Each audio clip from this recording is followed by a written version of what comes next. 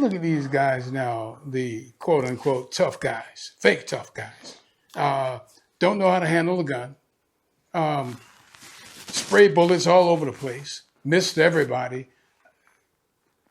What goes through your mind when you see all that? Holding the gun sideways.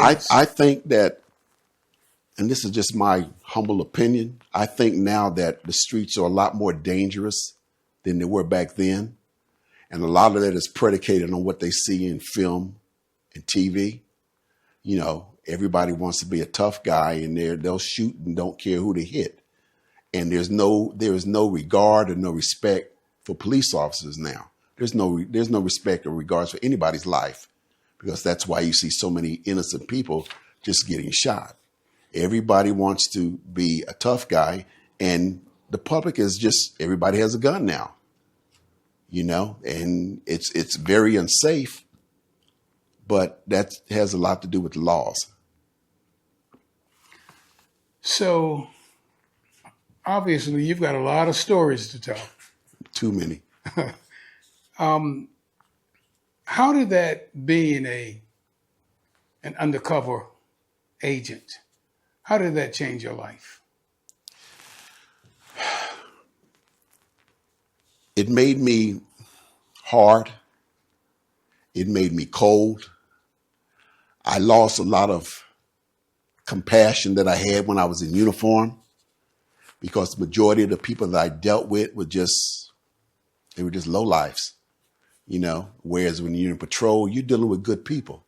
It could be like a disturbance, a hospital case, somebody stuck in a tree, somebody fell down and broke their arm, you take them to the hospital. You're dealing with everyday people, and everyday people aren't bad. But when you get undercover and you're dealing with the drug world, there's no mistake about it. They're doing what they want to do because they want to do it. And they have no regards to anybody. They would rather kill somebody, as opposed to go to jail. And the only way they're going to be willing to go to jail is if it's their last alternative. If I can get away, I'm going to get away. Whatever I have to do to get away, I'm going to do that. If I have to shoot you, and you, I'm going to get away. But once they're hemmed up in that corner, now you're going to go to jail. Now they're willing to sing. They'll flip. So, you know, they're as tough as long as they have a way out. When they don't have no alibis and everything is exhausted, you get a brand new person. So when you look back over your career as an undercover agent, you've had a lot of successes. You put a lot of people away. You've saved a lot of lives. Overall, any regrets? I do have a regret, but it's not a strong regret. I had a hard time accepting the fact that I took a life. Okay, that bothered me to a degree, because I recall going to that man's house and telling his wife, look, or girlfriend, whoever she was to him, look, I've shot him.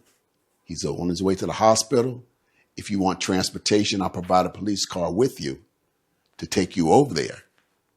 And I later found that he died, and that meant there was two little boys that were now fatherless. And by the grace of God, it could have been somebody telling my wife at the time, look, your husband is dead. If that bullet was 2 more inches to the right, we'd be telling this story to you. Your husband is dead. Your children don't have a father. And that bothered me for a long time. Now, after the shooting, there was a internal affairs investigation, which is protocol. And I was off the street for 8 months while they did the investigation. And during that 8 months, I had to go to counseling. You know, it's called post-shooting trauma, you know, to make sure that I'm okay. I'm fit to go back and work on the street. I'm not psycho or nothing. I'm not, you know, but it bothered me that it went down that way. I'm thankful that it did. But the fact that it could have been me, or it could have been my partner, and it would have been very difficult, because, you know, I had the option of saying, no, we're not going to do this investigation tonight. You know, we're just not going to do it tonight. Mm-hmm. But, you know, things fell the way they did for a reason. And I'm here telling about it, almost 25, 30 years later. And I'm sure his kids are grown now, and they're wondering, why did my father not be around? I don't know what the mother told him, but why is my father not here? What did he do for him not be with us anymore? And when I think about that, I'm like, it's because of me. It's because of me. But you did what you had I to do. did my job. Right. I did my job. Mm-hmm. Is anything we left out? I mean, this has been an awesome conversation. I think you covered it all. And, there was a lot of good times, a lot of bad times. But overall, I didn't do anything that was not by the book.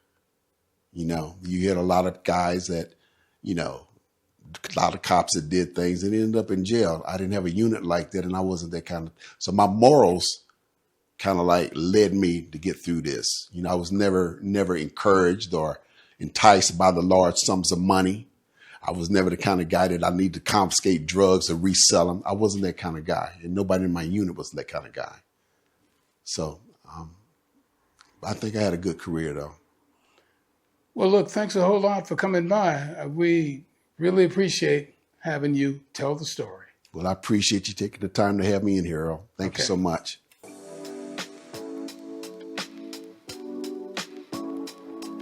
You've been listening to Tell the Story, but stay tuned because there's so much more to come. That's coming up next.